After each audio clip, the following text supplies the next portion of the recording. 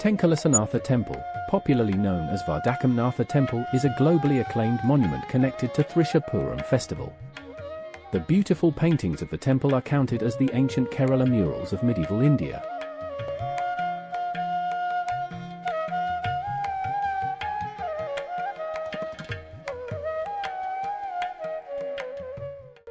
Archaeological Survey of India conducted the general conservation and preservation of murals of the paintings and consolidation works at Sri Rama Shrine of the monument.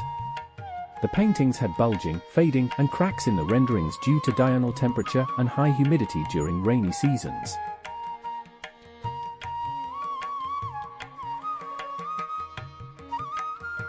The preservation of paintings is a multifaceted endeavor which contemplates the environmental impacts, previous conservation and preservation efforts, the suitability of materials and solvents, and skills of the human resource who executes the process.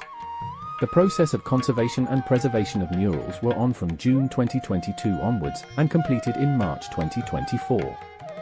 The paintings were conserved and preserved using the traditional lime preparation with addition of locally time-tested herbs. These lime combinations were characterized in a laboratory for compressive strength and workability.